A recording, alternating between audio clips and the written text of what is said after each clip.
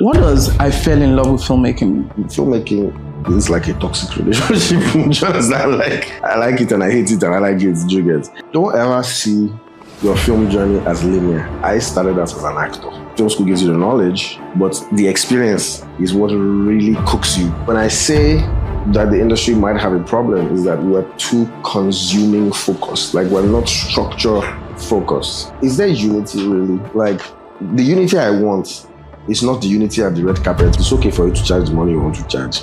It's also okay for me not to pay you the money because I don't have it. There needs to be a re-education because somewhere people think that producers are plucking money from the tree. Do you take the title King of Epic?